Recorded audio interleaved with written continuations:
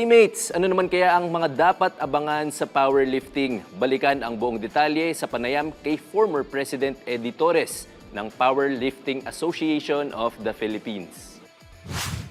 Sir, mainit-init nga itong powerlifting pero unang katanungan ko po sa inyo, can you explain when the Powerlifting Championships were established and the reason behind its creation? Yeah, the Powerlifting Association of the Philippines, o i-shortcut na natin yung PAP, was established in 1982. So more than 40 years ago na rin ito. And yung mga tumutulong sa pag-grow niyan, si former President Fidel Ramos din, anong suporta dyan. So in the early 1990s, nakapasok na rin sa recognition ng Philippine Sports Commission. So from there talaga, malaki ang linaki ng sport. Since your time, Sir Eddie, how big has powerlifting become in the country? Alright, dati noong mga 1980s, ang sumasali dyan siguro 20 people, 30 people at most. Ngayon, we have several hundreds that are joining already. Even sa mga regional competitions, we started yung Mindanao Championships mga 20 years ago, sumasali mga 5, 8, nakatitig lang. It has grown na more than tenfold ngayon. And yung Visayas Championships naman, we started in 1998.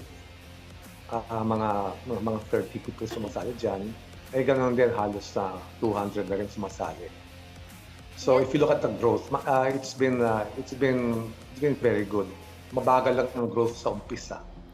Pero the past 10 years, talaga nag-accelerate na. Alright, Sir Eddie. And of course, knowing po na kayo po ang record holder up until now, and with all your achievements po, Sir Eddie, ano ba yung meaning ng powerlifting po para sa inyo? Well, ano yan since I was in college, medyo matagal na yun, no? When I got into the sport, syempre lahat naman nag-uumpisa, mahina, maraming tatalo sa'yo. And considering konti lang ang sumasali dati, tapos may tumatalo pa sa'yo, it's just not like, hindi man pwedeng pakumpisa mo, magaling ka kaagad. But later on, everyone can grow into the sport. And in my case, I was privileged to be part of the national team for about 2 decades. Marami na ang nakuha kong biyaya sa sport. And from here, parang gusto ko lang maibalik sa mga bata ngayon. Yes po nga, Sir Eddie, nabanggit nyo nga po, na-college pa po, so talagang matagal na rin. And ngayon nga, 2024 na, of course, maraming mga kabataan and mga magagaling din ngayon sa powerlifting. And sino po ba yung mga powerlifters na dapat din abangan ng tao? And what extent po yung potential na nakikita po natin sa kanila? Alright, well, we just came back from the World Championships in Iceland mga 2 weeks ago. So yung mga bata, yung mga teenager dati na we're trying to develop, nagwagi doon sa World Championships. Number 1 dyan si Reggie Ramirez from Ormoc. During his junior years, and meron pa yung sub-junior years para mga teens. Hindi pa siya although nakapag-Asian records siya doon, ngayon lang siya nakakuha ng world record nung ngayon mga 30 years old na siya. Kasi ang peak ng powerlifter can be in your 40s. So ngayon, kahit hindi siya nakakuha ng mga world junior records dati, 2 weeks ago, nakapag-World Open record siya. So gold medal sa world record, and of course, Asian record din yan. Something he could not achieve at a younger age. Then second natin, another medalist sa World Championships, si Veronica Umpon. She's from Tacloban. Bali, nung junior years niya, yung teen years as sub-juniors, hindi siya makapag-world champion, although nakakasungkit ng medals sa mga ibang events. Pagtanda niya, pagpasok niya sa mga junior years niya, abay, nag-world champion 2 beses pa. So, you don't have to start off na magaling ka agad, champion ka agad. Pero if you work on it, talagang aakyat ka. Si Veronica, last year was her last year in the juniors. Ngayon, nasa open category lang siya. So, ang first sabak niya sa World Championships, naka-silver medal pa siya in the open category. And I would say she is the youngest ever Filipino, male or female, to win a medal at the World Open Championships. So, we start them young and papahinugin natin sila when they get older. Grabe, Sir Eddie. Ang dami nga nating mga pambato talaga sa national team. Yan, si Veronica Umpod, and yung nabanggit nyo nga din po, no? Pero, Sir, nung nakaraan lang po, no, kakatapos lang din ng Mindanao leg, if I'm not mistaken po. Kamusta po yung turnout? Ayun, yung Mindanao leg, ginawa sa General Santos City. It's been growing fast the past few years. Doon nga nag-umpisa, mga 8 lifters ang dati. And then last year, malaki ang jump. More than double the number of participants. And then this year, just last weekend, umakyat ng another 50%. So, syempre, mas nakakapagod for the officials, but we enjoy it kasi nakikita namin yung growth. And it's not just the quantity, no, pati yung quality ng mga powerlifters sa Mindanao. Ang laki ng tinaasa. Actually, nagulat ako sa performance sila last weekend. May for the first time, mga nagbubuhat ng 300 kilos na never nagawa dati sa Mindanao. And 2 of them actually lifted 300 kilos. Opo, Sir Eddie, para po maklaro din ng publiko, ano ba yung pagkakaiba, Sir, ng powerlifting sa weightlifting naman? Right, ang weightlifting, mga overhead lifts. So nakikita niyo yun kila Hidelin, di ba?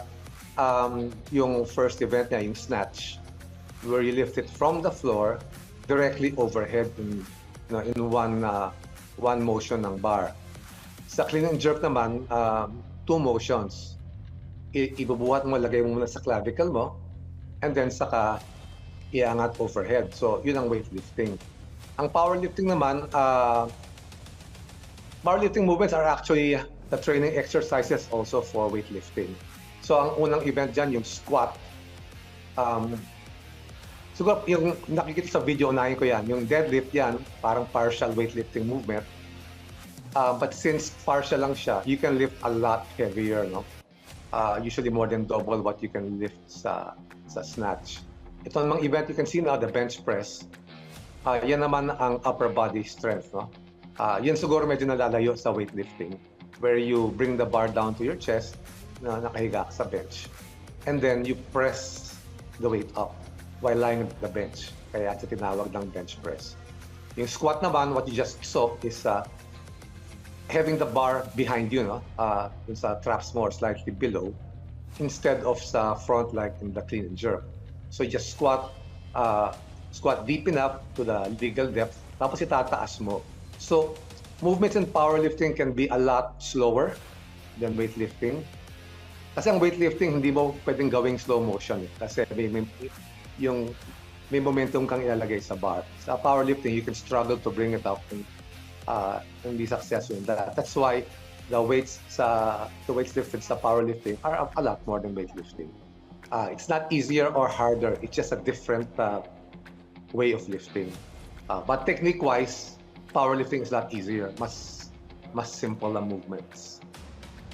Sir Eddie, you were coined as the strongest man, diba, in the Philippines during your time. You were in the national team for 2 decades. Pero marami ring magtataka or magtatanong, paano ba kayo nagsimula sa powerlifting? And how are you able na makuha itong title na strongest man in the Philippines? Okay, yung strongest man title, ano lang naman yan, yung highest powerlifting total of the 3 events.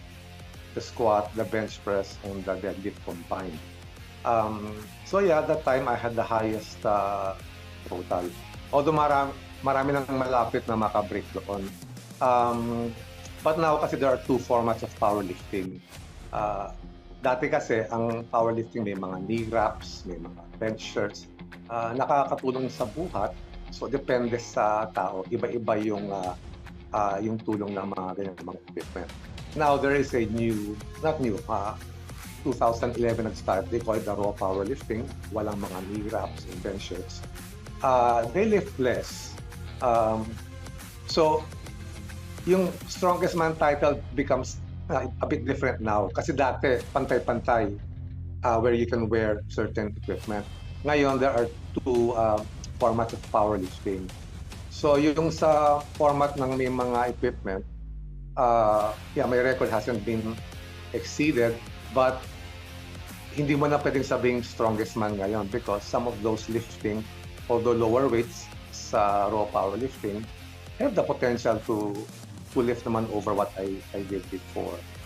So, that took a long time to do before. Gumpisa tayo first in college ako, tinuturuan ako ng kuya ko, si Patrick, no? And then, nung early 90s, ang nag-coach naman sa akin, si Ramon Debuque, who was also in the national team for a long time.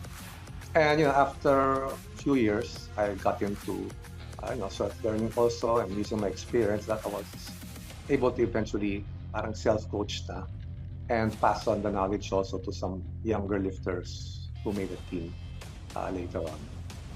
Sir Eddie, malaking factor ba ang edad? Kumbaga kung isang atleta nagsimula ng maaga or isang atleta, kung sabihin na nating late bloomer, meron ba yung effect or factor on the strength of an athlete? Yeah, meron tayong examples of those who started very late and very young. Siguro sa nag-start very late na nag-achieve ang a lot, napunta sa world level, si Anita Koita, believe it or not, she started powerlifting when she was around 48 years old. For some people, they think 48 years old, kung ano yung mga isip ng mga bata. But she became very strong and qualified for the international open category. Hindi lang masters, but the open category. And eventually, nakakuha pa nga siya ng mga world records sa masters. So, never too late. Of course, better if you start young. So, we have some powerlifters who started even below 10 years old. Si Raymond Debuque started when he was about 7 years old. And later on, went on to win a gold medal sa World Championships and he reaches legal competition years and nakapag-Asian record pa. So, yun ang extreme natin. May 7 years old, may 48 years old. It's never too late. Just get started and just try to be as good as you can. Now, for those who started very young, matagal lang, you can keep getting stronger and stronger even up to your 40s. Most of the people I know, unless they decide to retire early, nagpipeak sa 40s pa nila. So, sino na Reggie Ramirez na 31 years old, si Veronica Ompod na 24 years old, they have 1 or 2 decades pa to keep getting better. So, if they're winning medals now sa Worlds, I expect they will win a lot more for the next 10, 20 years. Pero syempre, may darating pa rin mga bata rin na mga Pilipino na lalakas din. Madadagdagan sila. Last, Sir Eddie, if you have any upcoming events or if may mensahe kayo sa ating mga promising athletes or those who want to try or do powerlifting, this is your chance to invite and give a message. Well, one of the latest new things for our NSA, yung powerlifting will be in the NCAA Centennial Season Sports Festival. So hindi pa ito regular sport, but it's getting people very excited. Then we will also have the National Bench Press Competitions, championships in December, National Inter-School Championships sometime in January, and then we will have the National Open and Age Group Championships in February.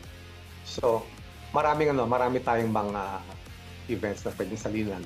Meron din tayong categories for novice. So, yung mga first-timers. Pwede kayong sumali, kalaban nyo rin, mga first-timers din. Then, as you develop, you can start, being competitive in the other categories. Maraming salamat, Sir Eddie Torres, for your time. And ang aga natin ngayong umaga, pero pinaunlakan niyo po kami. Thank you, Sir Eddie. Okay, thank you. Thank you. Ayan, huwag kayong BBTO teammates. Marami pa kaming naihanda sa inyo sa pagbabalik yan ng PTV Sports.